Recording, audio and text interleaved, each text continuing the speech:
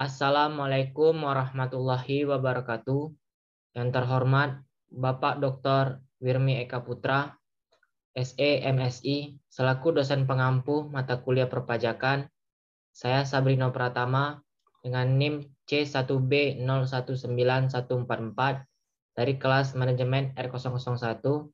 Pada kesempatan kali ini, saya akan mempresentasikan hasil kerja saya mengenai dasar perhitungan pajak, depresiasi, dan amortisasi pada mata kuliah perpajakan.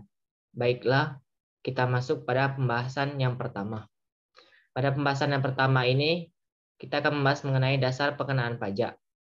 Untuk wajib pajak dalam negeri dan bentuk usaha tetap atau BUT, yang menjadi dasar pengenaan pajak adalah penghasilan kena pajak. Untuk perhitungan penghasilan kena pajak dapat dirumuskan sebagai berikut. Yang pertama, penghasilan kena pajak atau wajib pajak badan, yang dapat dirumuskan dengan mencari penghasilan neto atau penghasilan bruto dikurangkan dengan biaya yang diperkenankan Undang-Undang PPH. Yang kedua, penghasilan kena pajak wajib pajak orang pribadi.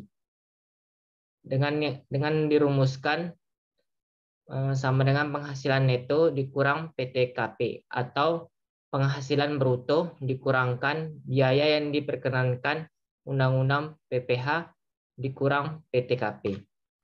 Selanjutnya, biaya-biaya yang dapat dikurangkan dari penghasilan bruto. Besarnya penghasilan kena pajak bagi wajib pajak dalam negeri dan bentuk usaha tetap ditentukan berdasarkan penghasilan bruto dikurangi biaya untuk mendapatkan, menagih, dan memelihara penghasilan tersebut. Yang pertama, biaya untuk mendapatkan, menagih, dan memelihara penghasilan tersebut, biaya pembelian bahan, upah, gaji, honor tersebut kecuali pajak penghasilan. Yang kedua, penyusutan atau amortisasi yang mempunyai masa manfaat lebih dari 1 tahun. Yang ketiga, iuran kepada dana pensiun yang pendiriannya disahkan Menkau atau Menteri Keuangan. Selanjutnya, kerugian karena penjualan dan atau pengalihan harta dalam perusahaan untuk mendapatkan penagihan dan pemeliharaan penghasilan. Kerugian dari selisih kurs, biaya penelitian yang mengembangkan perusahaan yang dilakukan di Indonesia, biaya beasiswa, magang dan penelitian, PTKP untuk wajib pajak dalam negeri, piutang yang nyata tidak dapat tertagih, premi asuransi yang dibayar pemberi kerja, penggantian atau imbalan atas pekerja atau jasa yang dilakukan dalam bentuk natura berupa penyediaan makanan dan minuman bagi seluruh pegawai. Yang terakhir, kompensasi kerugian fiskal tahun sebelumnya atau maksimal 5 tahun. Selanjutnya, biaya-biaya yang tidak dapat dikurangkan dari penghasilan bruto. Untuk menentukan besarnya penghasilan kena pajak bagi wajib pajak dalam negeri dan bentuk usaha tetap tidak boleh dikurangkan menurut Undang-Undang PPH adalah: yang pertama, pembagian laba dalam bentuk apapun. Yang kedua, biaya untuk kepentingan pemegang saham, sekutu, dan anggota. Selanjutnya, pembentukan atau pemupukan dana cadangan, kecuali yang ditetapkan Menkau atau Menteri Keuangan. Premi asuransi, kecuali yang dibayarkan pemberi kerja tersebut.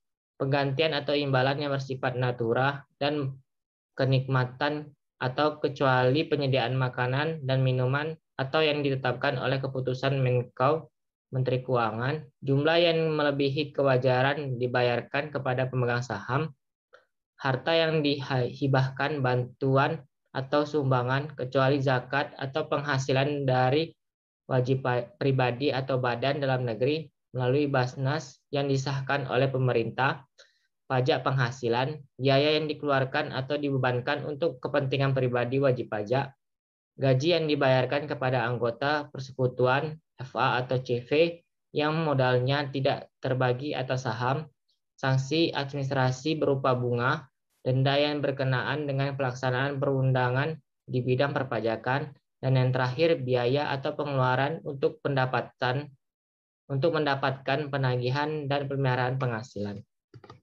Selanjutnya, penyusutan untuk aktiva tetap berwujud atau depresiasi. Depresiasi adalah pengeluaran atas pembelian, pendirian, penambahan, perbaikan, atau perubahan aktiva berwujud, kecuali tanah yang berstatus hak milik, hak guna bangunan, hak guna usaha, dan hak pakai yang dimiliki dan digunakan untuk mendapatkan penagihan pemeliharaan penghasilan yang mempunyai masa manfaat lebih dari 1 tahun. Pada tabel di bawah ini, kelompok aktiva berwujud dapat dikelompokkan menjadi dua, bukan bangunan, yang dikelompokkan dari 1 sampai 4 dengan masa manfaat 4 sampai 20 tahun. Yang kedua, bangunan yang dikelompokkan menjadi dua, permanen yang dengan manfaat 20 tahun, tidak permanen dengan masa manfaat 10 tahun. Penyusutan untuk aktiva tetap tidak berwujud atau amortisasi. Amortisasi adalah pengeluaran untuk memperoleh aktiva tidak berwujud dan pengeluaran lainnya termasuk biaya perpajakan hak guna dan hak pakai yang mempunyai masa manfaat lebih dari 1 tahun. Pada tabel di bawah ini, kelompok aktiva tak berwujud mempunyai satu bangunan, yaitu dikelompokkan dari 1 sampai 4 dengan masa manfaat 4 sampai 20 tahun. Baiklah, itulah hasil presentasi saya. Jika terdapat kekurangan, saya mohon maaf. Saya akhiri. Wassalamualaikum warahmatullahi wabarakatuh.